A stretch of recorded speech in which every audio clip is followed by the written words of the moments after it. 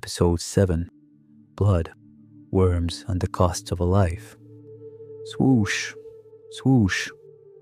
Master Luong chopped the vanilla tang leaves and dropped them into the mortar, grinding them down to a pulp. As on the night before, he poured the juice into cups, but tonight there were 3 cups, not 1.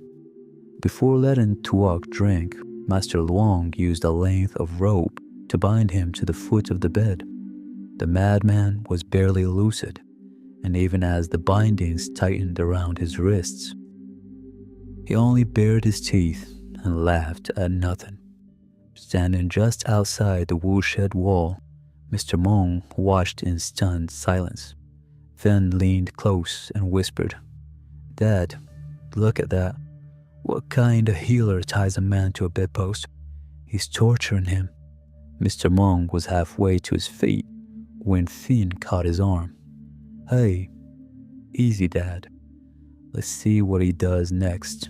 Even if we confronted him now, he'd just deny everything. I've heard that witches grow weaker while the spells are active. Wait a little longer. When the time is right, we go in." It made enough sense. Mr. Moon lowered himself back down and forced himself to watch through the gap in the wall. Both fury and fear coiled together in his chest. Now, at least, he understood why his son had spent the whole afternoon running errands across town. He swallowed and whispered, "Where did you even get those things?" Finn replied, "It took me half the day." "And you're sure it'll work?" Finn nodded firmly. I asked, very carefully, "He'll show his true form. I'm sure of it." Inside the woolshed, Master Luong took one of the cups and walked toward Tuok. Even in his broken-minded state, Tuok seemed to remember what that green water had done to him the night before. He clamped his lips shut, turned his head left and right, writhing against the rope. "Drink it," Master Luong said quietly. "You have to drink it." Tuok's teeth stayed locked together, his head twisting away. Master Luong had no choice but to use force.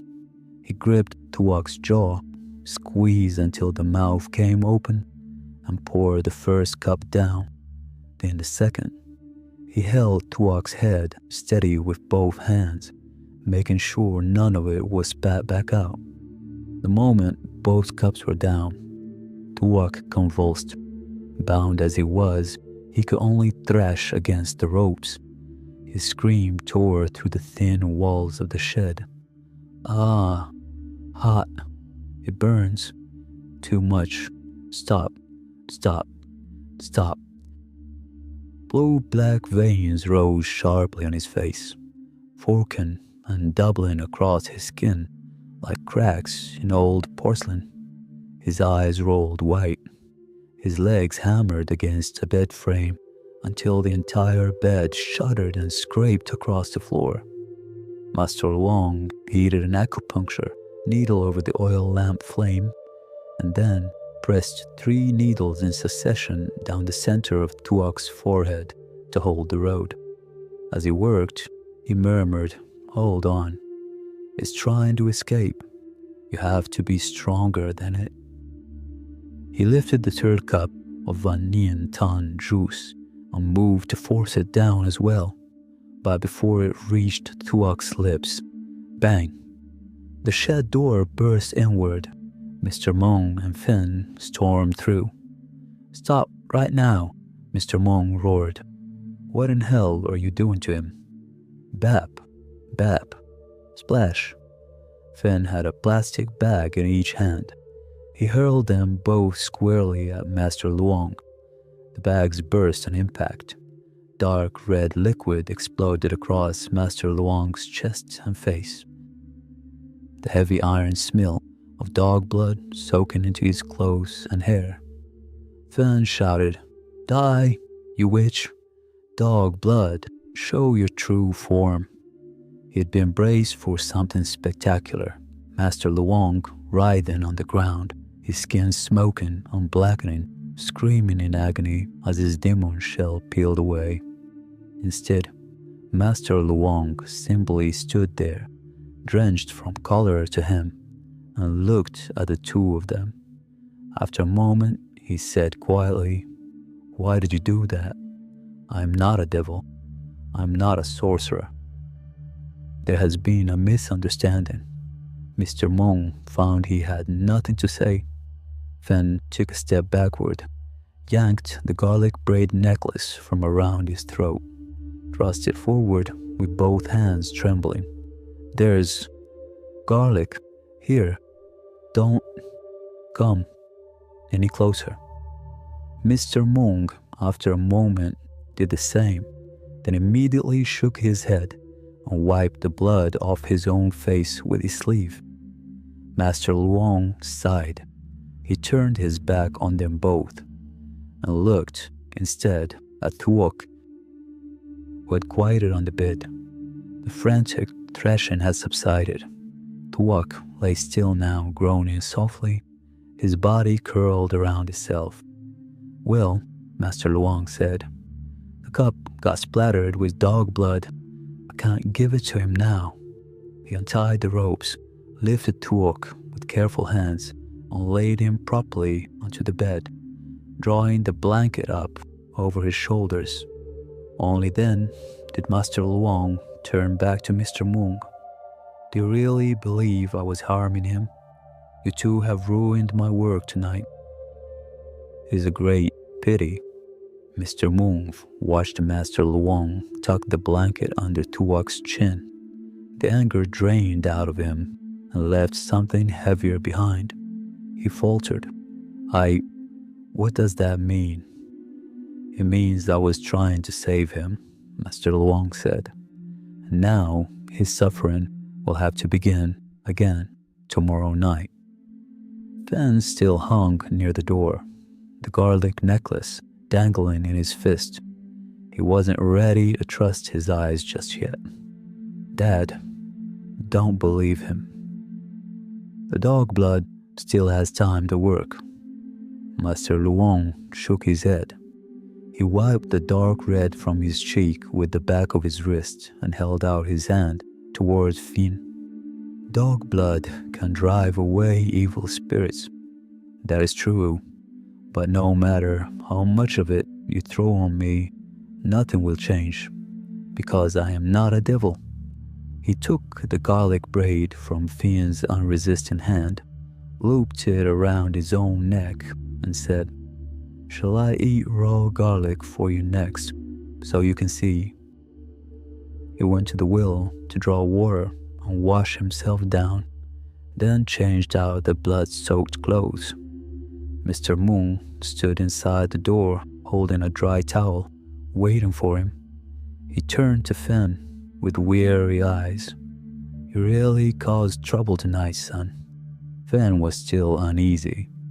He drifted toward the bed, peeled the blanket back just enough to look at Tuok's face, to make sure he was breathing, and at that moment Tuok stirred and rolled over, turning his back to the room, still alive.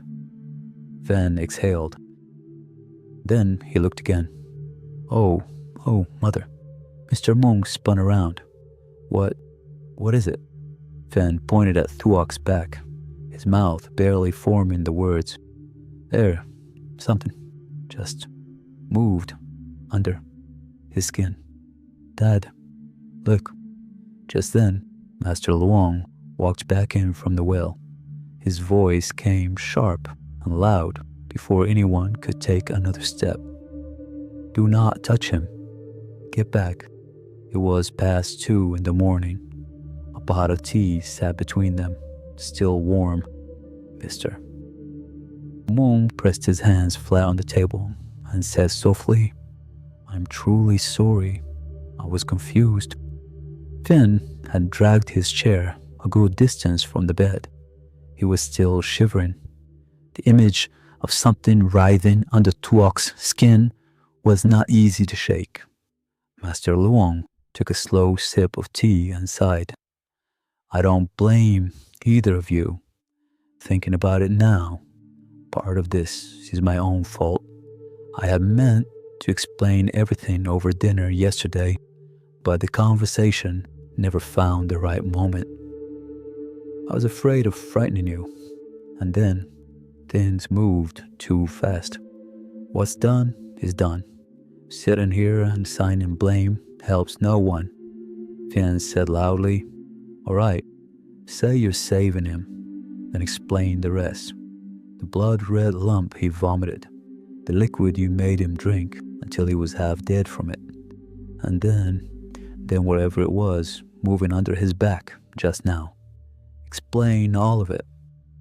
Master Luong set down his cup and nodded.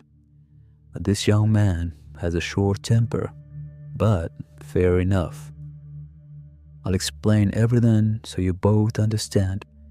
The day the boss made meatballs and Tuak was too frightened to eat them, I knew he'd seen something strange. The next morning, I planned to discuss it with you directly, but events overtook me. What I can say now is this.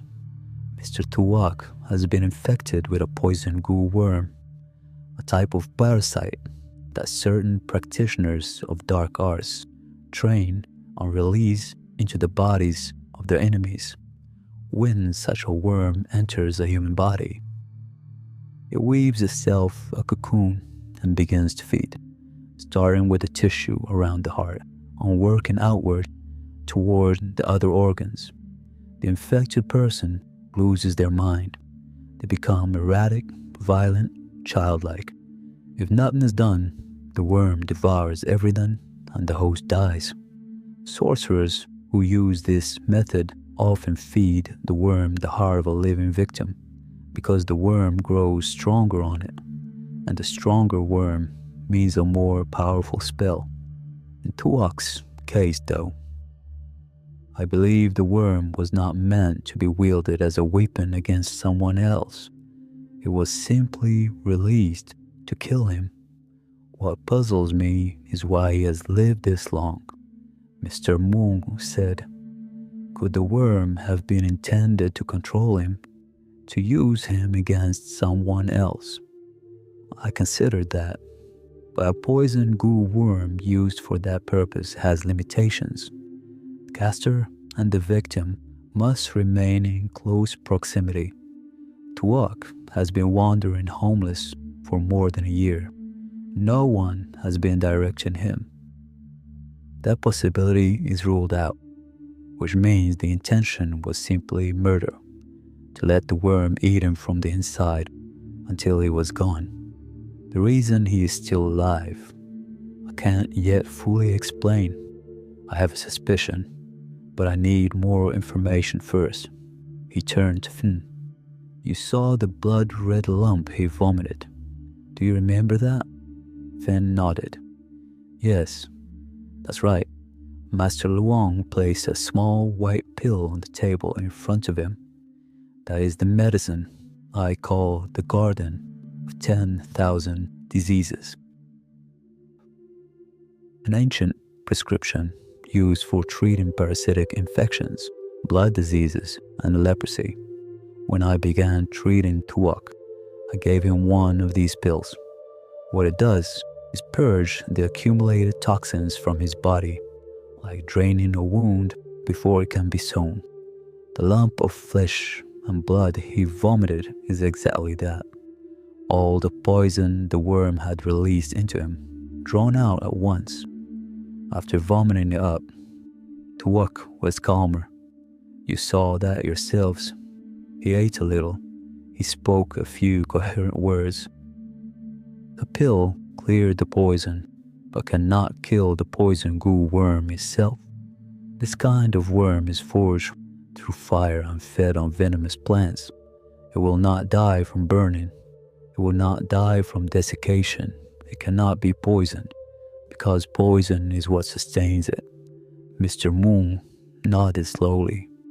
He had noticed a change in Tuak's face over the past 2 days.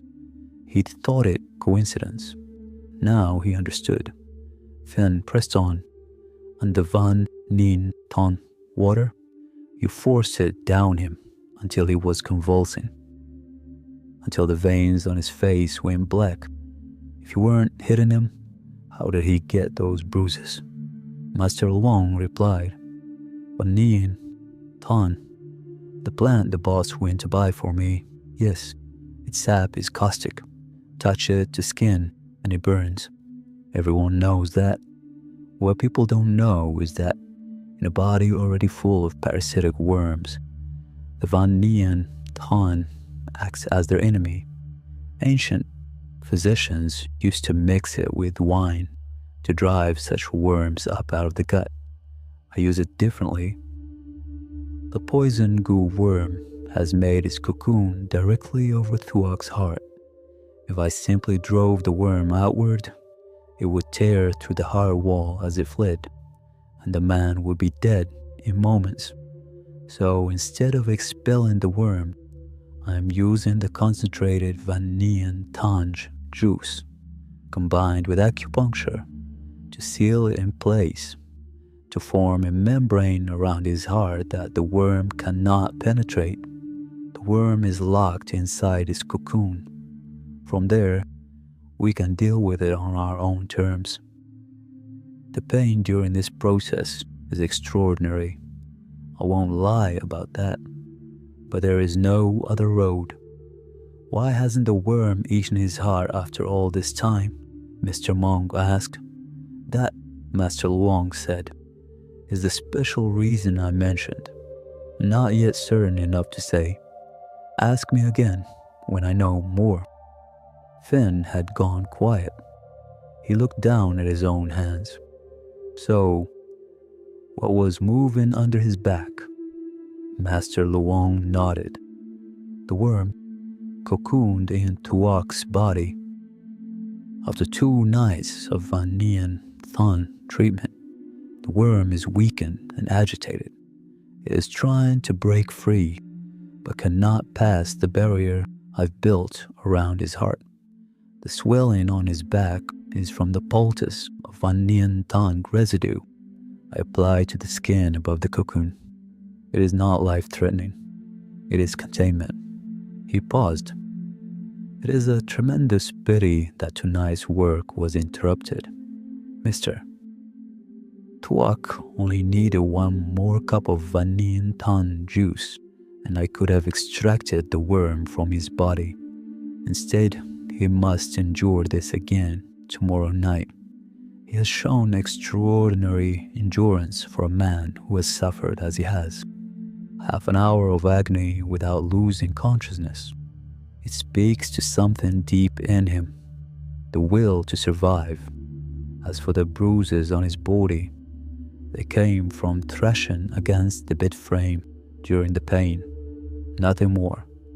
If I had wanted to harm him, I would not have brought him here and asked for a roof over his head. Van lowered his face. He said nothing. Mr. Mung pressed his knuckles to the table. I'm truly to blame. I'm sorry for both of us. Master Luong smiled. No one did it with evil intent. The only one I feel sorry for is Thuok, who must suffer through this again. If you want to make it right, then I will need both of you tomorrow night.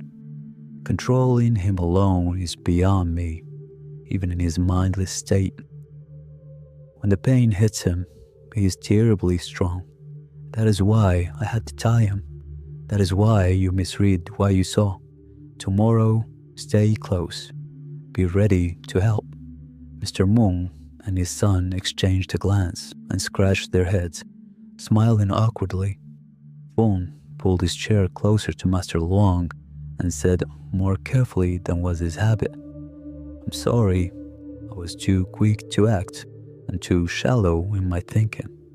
From now on, whatever you need, just ask. I will help. Master Luong and Mister. Mung both looked at the boy and smiled. Master Luong nodded. Knowing how to admit a mistake is a rare thing. At least, what you did was for Turk's sake. I hold nothing against you.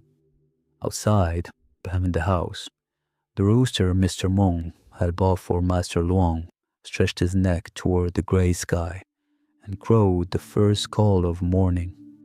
Oh, oh, oh, oh.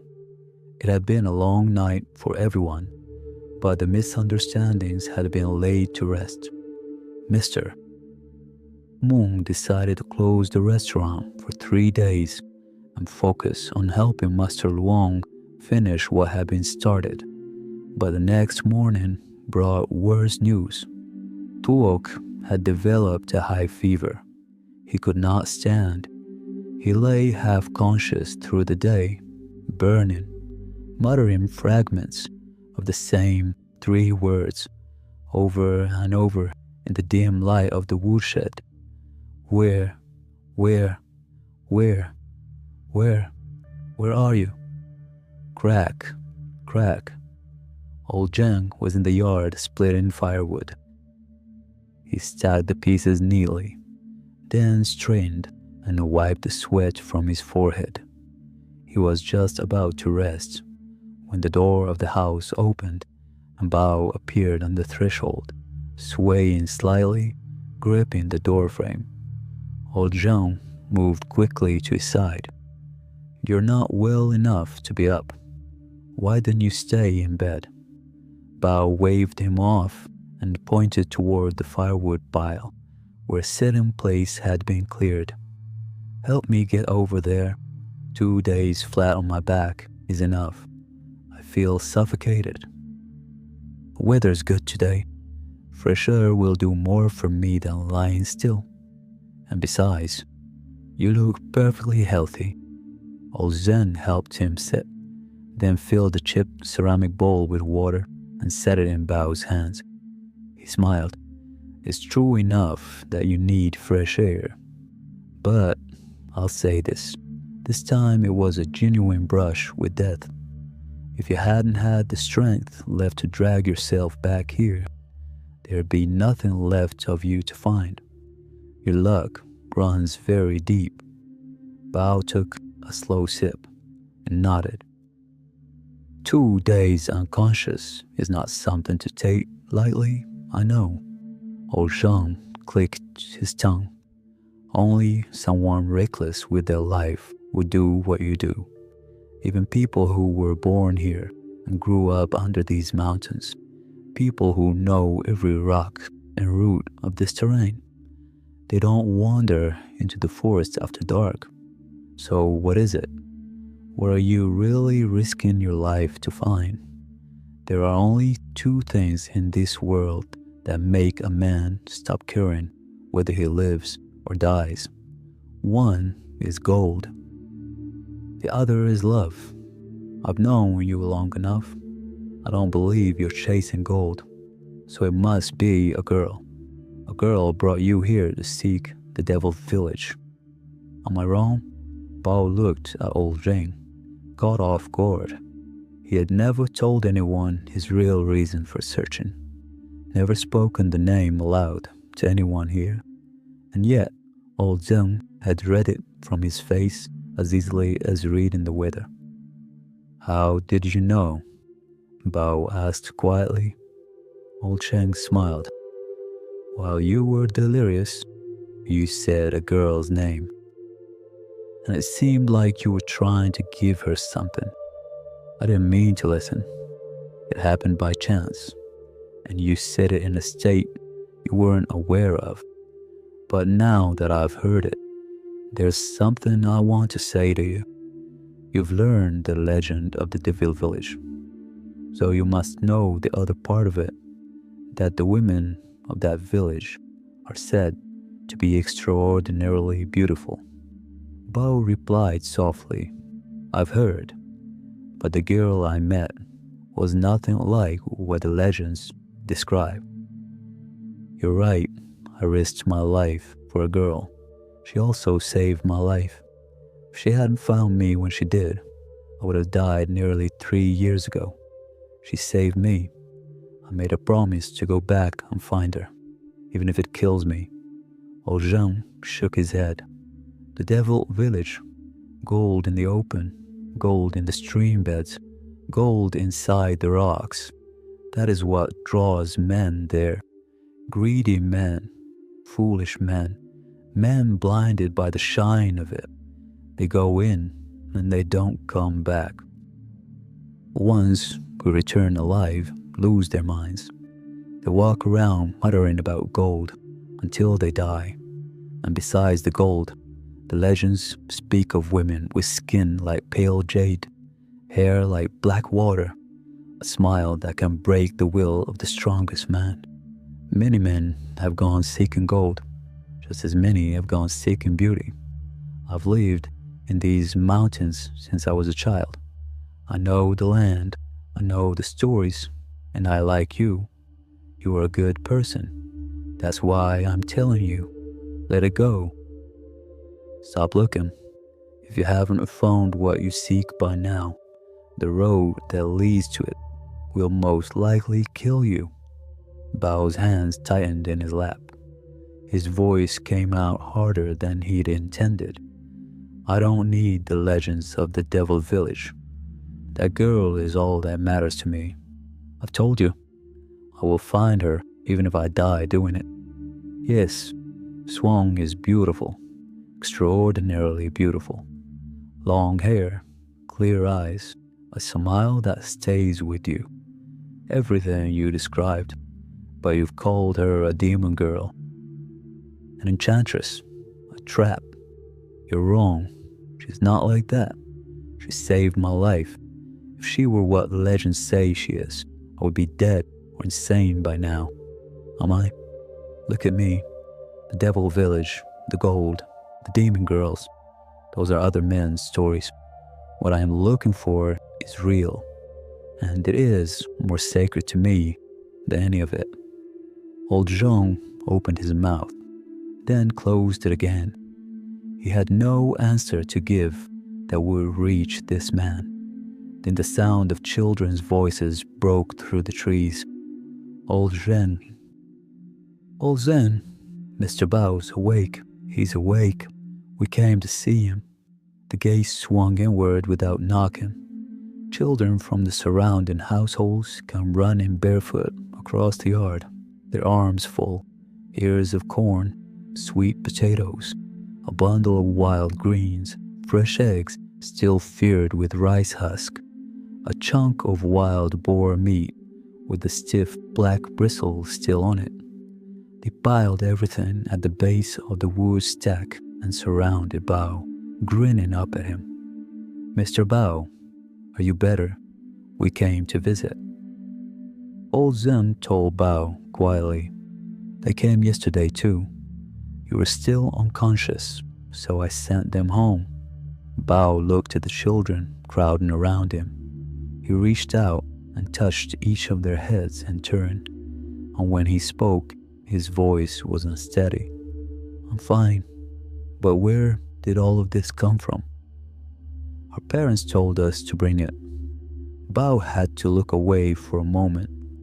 He had been here just over a year, but the people of this place had taken him in as though he'd grown up among them. He was a geologist by training, and in that short time, he had done what he could, surveying water sources, testing soil compositions, helping redesign the irrigation so that the planting seasons were a little less brutal. He still remembered arriving to find half the village children sick with cholera, and the weeks it had taken to understand why, and then the months of patient work to change the habits that caused it. Raw foods, contaminated water, until finally the children stopped getting sick. He didn't know when exactly. He had stopped feeling like an outsider. It had happened quietly, the way these things do. Old Zheng looked at him for a long moment, then smiled. I remember when you first showed up with medicine for the kids, and their parents wanted to chase you off. Now they send their children here with armloads of food. I only want the best for you. The people here, myself included, we love you. That's all. You're right. And I'm an old man who doesn't understand everything. I just hope you stay alive. He shouldered his herb-gathering basket and walked toward the bamboo gate. The firewood is done. I'll go find some medicine. Drink it this time, and by tomorrow, you'll be yourself again. Stay here and let the children keep you company. Bao started to say something, then stopped. He had spoken too harshly. He watched old Rian's back disappear through the gate and thought quietly, "Old Zeng, forgive me." The sky was pleasant and pale. Old Zheng's house sat halfway up the hill, and from here, on a clear day, Bao could see the far ridgeline, always wrapped in its unbroken layer of cloud and mist, unchanged through every season, every weather. From this distance, it looked small and still, like something drawn in ink.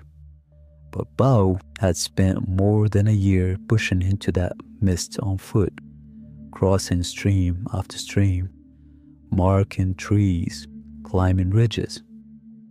Every time, the fog had closed back around him like water closing over a stone. He smiled bitterly to himself. Maybe I've gone crazy, and I simply don't know it yet. In his mind, Swang's face appeared clearly. He remembered exactly how she had answered him. "Do you live in any village nearby?" And Swang had smiled, soft, unhurried. "My village is called Mist Village, but you shouldn't go there." "Why not?" "Because if you do, you won't be able to come back." And then, in the memory, or in the dream, he was no longer sure. Her eyes had welled with blood, two thin, dark lines running down her face. He had looked down at the hand he was holding and found only dry bones in his grip. When he looked up again, her flesh was falling away from her face like wet paper, and she was still speaking, her lips still forming the words, "Save me with no." Bao jerked upright. The fire crackled in the stove. Old Zhang was sitting beside it, preparing medicine. Watching him. "A nightmare?" Old Jing said. "You're soaked through with sweat." It was dark outside. Bao had fallen asleep in the afternoon. "What time is it?" Bao asked. "Nearly midnight." "What were you dreaming?" Bao looked at his palm. The feeling of the dream, the bones in his hand, the thinness of them was still there. He answered without looking up. "I dreamed about her, but in the dream, she was already dead." He paused. "In 2 years. I've never dreamed of her that way before."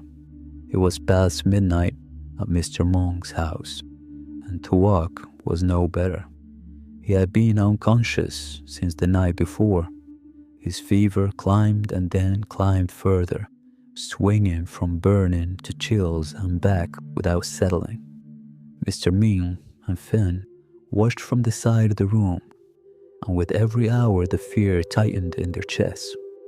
They both knew, though neither said it outright, that if things had not gone wrong 2 nights ago, Tuok would already be free of the worm. The knowledge sat between them like something rotten.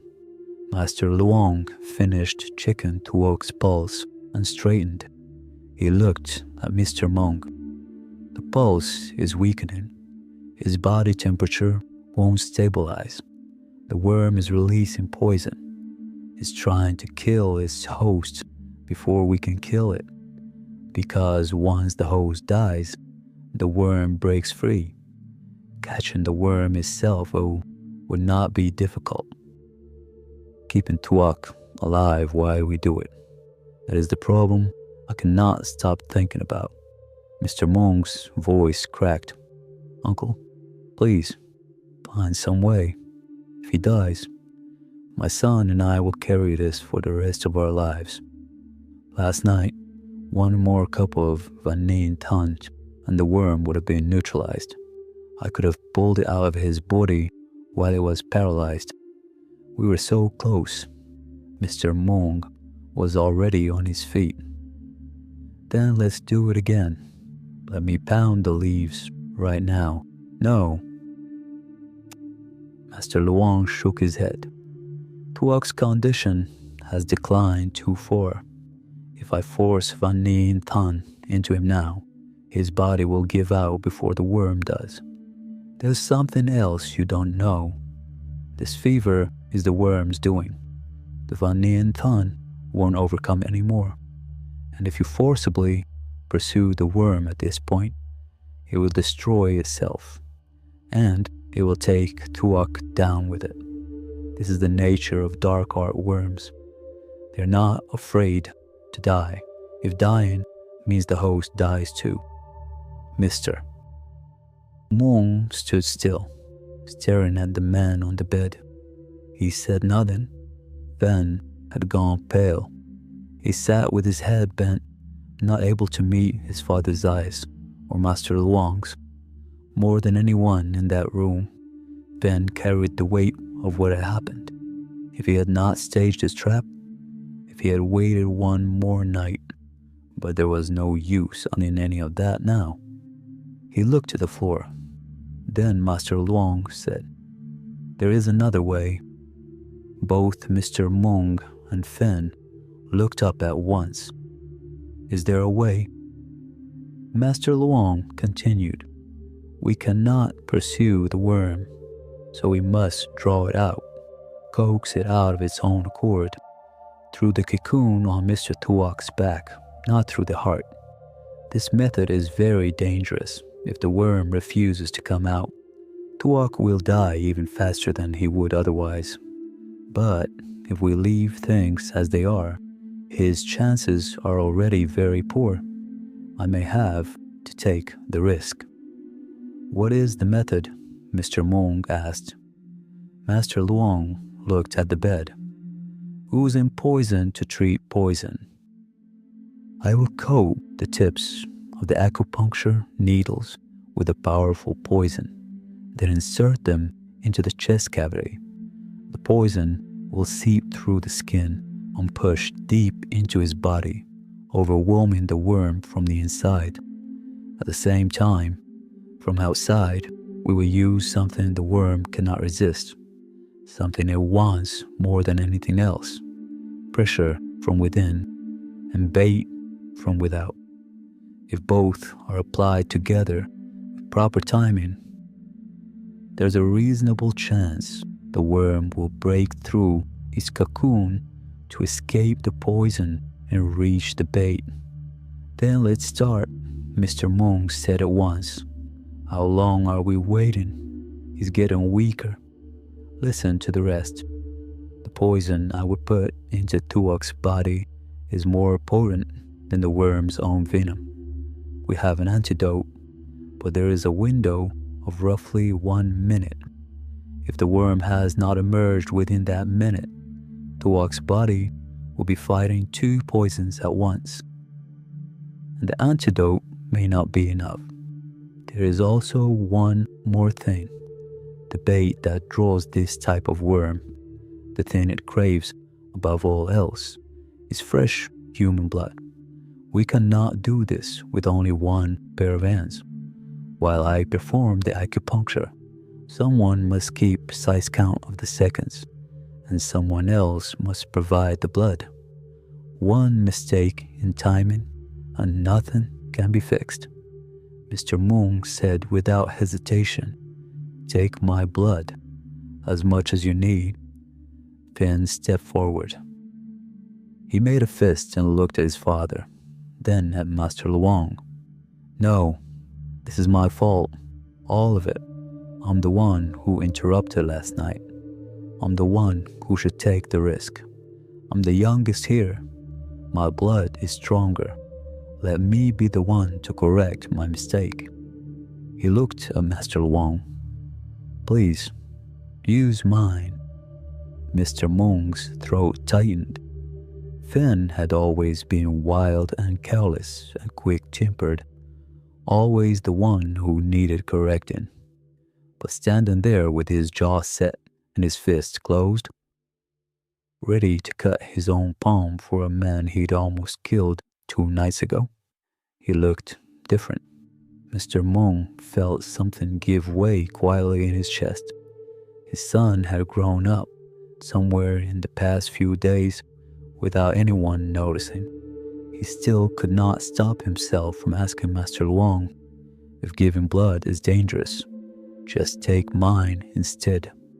Master Luong replied gently, as Mr. Finn said, "Youth makes the blood more vital.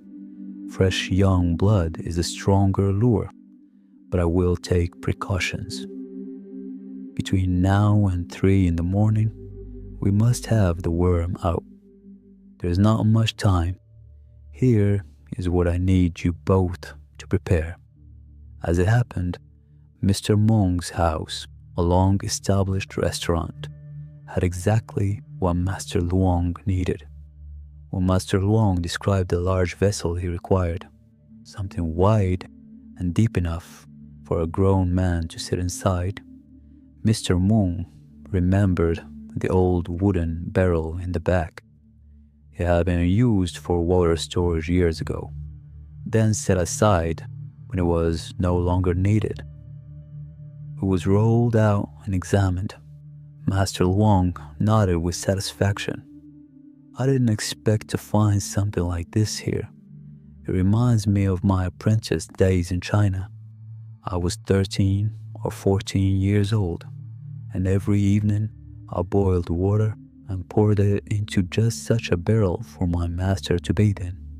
Take this to the woodshed, and boss, start heating the water. Finn, help me with the following." Father and son moved to their tasks. Half an hour later, the barrel stood inside the woodshed, filled to 2/3 with water. Master Luong added a mixture of herbs and instructed Mr. Mung to blend in cold water until the temperature was just warm enough.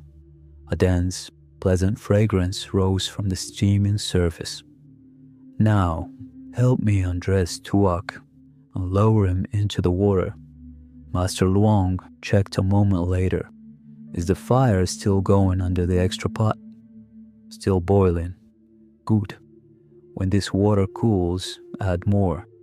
The temperature must not drop, not until 3 o'clock, not once." Finn asked, "When do you need my blood?" "Not yet. When I begin the acupuncture, I'll give you the signal."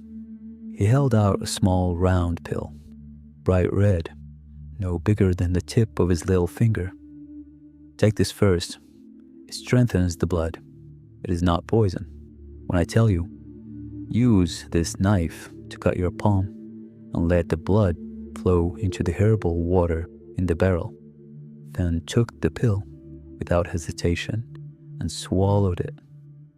"The other thing I asked you to prepare, is it outside the door?" "Ready." Master Luong nodded. He dipped a finger into the barrel to check the temperature and told Mr. Mung to add more hot water, and so it went, minute by minute, as the hour crept toward 3 o'clock. Tuak lay in the steaming herb water. His face, which had been ashen all day, slowly flushed with color. The heat rose in clouds around him, reddening his skin. He remained unconscious, unable to wake. With 10 minutes remaining before 3 o'clock, Master Luong ordered Finn to close the main door of the woodshed. Candles were lit around the barrel. The poultice on Tuak's back was removed. Both Mr. Mung and Finn swallowed hard when they saw it. Tuok's back was covered by a large, swollen cocoon. It bulged from his skin like a festering growth, the surface mottled and dark, and as they watched, it moved. Slowly, unmistakably, something shifted and writhed beneath the skin. Van's voice came out barely above a whisper. All this time, all he had to carry, this thing, in him. Master Luong spoke before either of them could say another word. Don't let it frighten you. Stay focused. This is the moment we are betting Mr. Tuok's life on. Listen carefully. The moment the worm breaks through the cocoon and comes out, you must pull Mr. Tuok out of the barrel immediately.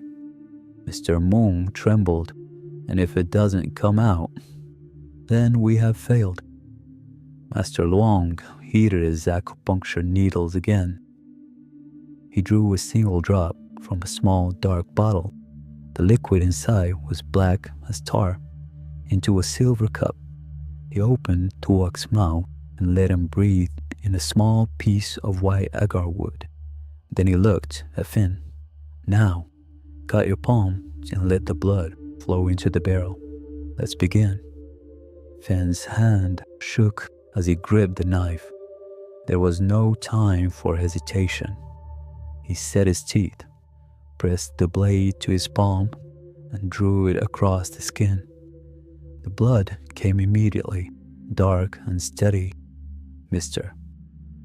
Moon watched his son with eyes that ached. Finn held his fist over the barrel and squeezed, forcing the blood down into the herb water. Master Luong nodded. Good. Hold that. As Finn's blood began to color the water, Master Luong dipped the tip of a needle into the black solution in the silver cup and inserted it into the first acupuncture point on Tuok's chest. Tien Dot, then Dan Trong. Guyet Bond, Trong Fu. The instant the fourth needle went in, Tuok's eyes flew open. His whole body locked rigid. From each of the 4 points, black veins climbed outward, spreading across his chest and neck and arms like rivers of ink seen from above. Master Luong pressed a 5th needle into the top of Tuok's head. This one clean, with no poison on it, and Tuok went rigid as a statue. The black veins continued to spread.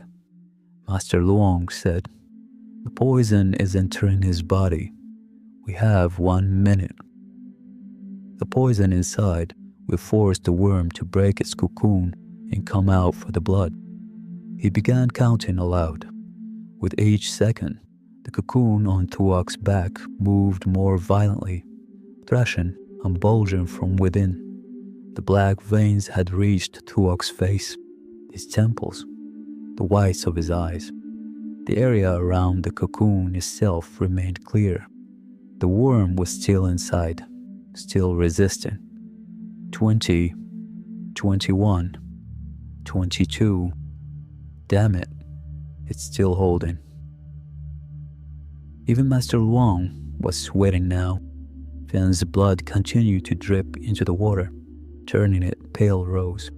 The seconds ground on. Tuok's face had gone the color of ash. Perhaps there isn't enough blood. Finn heard this. He didn't think. He gritted his teeth, brought the knife down across his wrist, not his palm, but his wrist, and plunged the cut arm into the barrel. A rush of blood poured into the water, turning it red within seconds. Master Luong and Mr. Moon both froze for an instant before the counting resumed. 40, 41, 42. Finn's face went white. He was losing blood quickly. His legs wavered. He pressed his other hand to the barrel's edge to keep himself upright. 49, 50, 51, 52. At 49, Finn's knees buckled. He swayed, stumbled, and fell heavily to the floor. The counting did not stop. 53, and at 53, when the water in the barrel had turned fully red and Finn lay unconscious on the floorboards behind him, a small dark aperture opened in the center of the cocoon on Tuok's back. It emerged slowly, yellow in color, about the size of a thumb, with a body like a silkworm, but legs like a centipede, segmented and quick, each leg tipped with something that glistened. Mr. Monk could not believe that such a thing had been living inside a human body, but it was real. It was there. It was swimming on the surface of the blood-red water.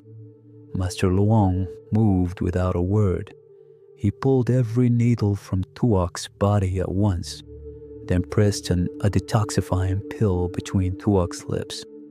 And then, "Boss, get Tuok out of the barrel. Now, why are you still standing there? Move!" Mr. Mong snapped out of it. He thrust his hands under Tuok's arms and hauled him up and over the side of the barrel, dragging him across the floor. In the barrel, the worm continued to swim through the blood water, and as it fed, it began to change. Its back split open and wings unfolded from beneath, small and translucent and wet. The centipede legs thickened. Its color shifted from yellow to a deep, livid red. At exactly 3 o'clock, from just outside the woodshed door, the rooster crowed. "Oh, oh, oh, oh."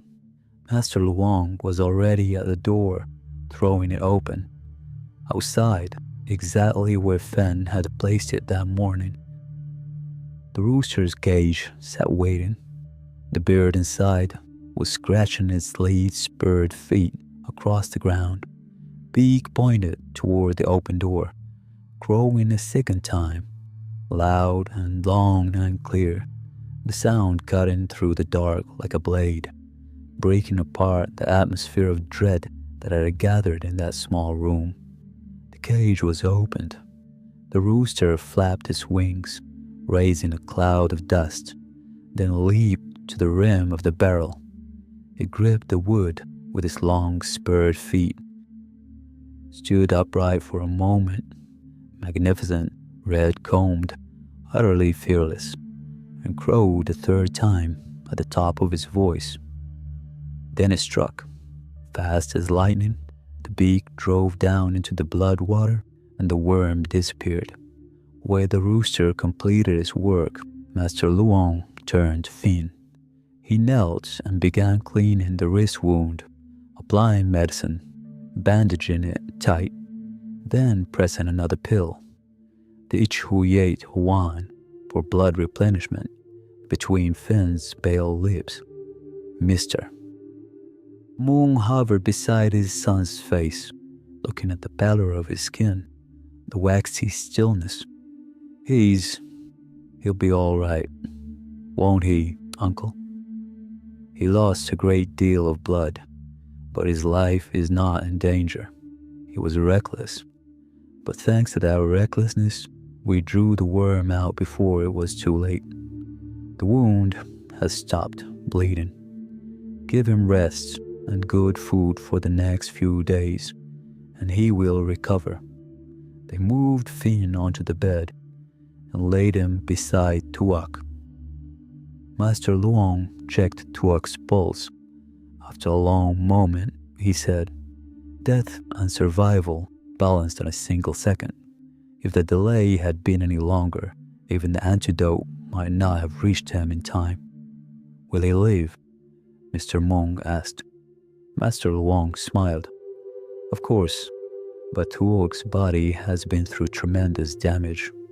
The poison goo worm has been eliminated, and his life is out of immediate danger.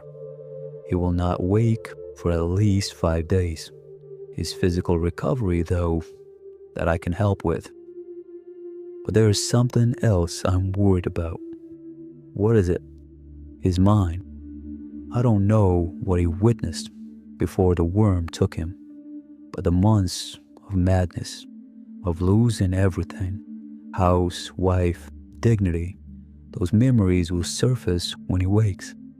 For some people who go through what he has gone through, the return to consciousness is more than they can bear. Some choose to end their lives rather than go on living with it. I'll do what I can for him. But there is something else, something I believe is the reason the worm didn't kill him outright, even after more than a year. Mr. Moon said quietly, "Is it the necklace he wears around his neck?" Master Luong nodded. "Have you ever heard of a soul entering the body of the living? What some call oppression. The spirit of a dead person dwelling inside a person who still breathes. In Tuak's case, that is exactly what has been happening. For more than a year, another soul has shared his body. Whether this is fortunate or not, I cannot say. But it was that soul that kept the poison goo worm from consuming him entirely, restrained it, contained his hunger. The soul of a dead person has limited power. It could not cure him, but it could delay his death. When I first encountered Tuak, the cocoon had already grown large. Without this treatment, he had perhaps days left, a week at most." Mr. Mung stared. "You can feel the souls of the dead." "See them?" Master Luong replied thoughtfully. "Before, yes, in some way, but now I can no longer sense it. From the beginning, that soul was very faint, a dying ember. It was waiting for something, waiting for Tuak to wake up, I think. But I have a bad feeling." He paused mid-sentence. A sudden, sharp pain clenched in his chest, without warning, without cause. Master Luong pressed his hand over his heart and said nothing more.